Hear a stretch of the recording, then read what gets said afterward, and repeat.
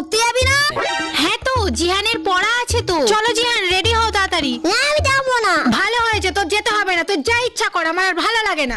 Aunty, আমাদের পাড়ায় একটা খুব ভালো ডাক্তার এসেছে, তার কাছে না সব রোগের ওষুধ আছে। হ্যাঁ সত্যি? ঠিক আছে, তাহলে তার কাছেই চল। ডাক্তার বাবু, আসতে পারি?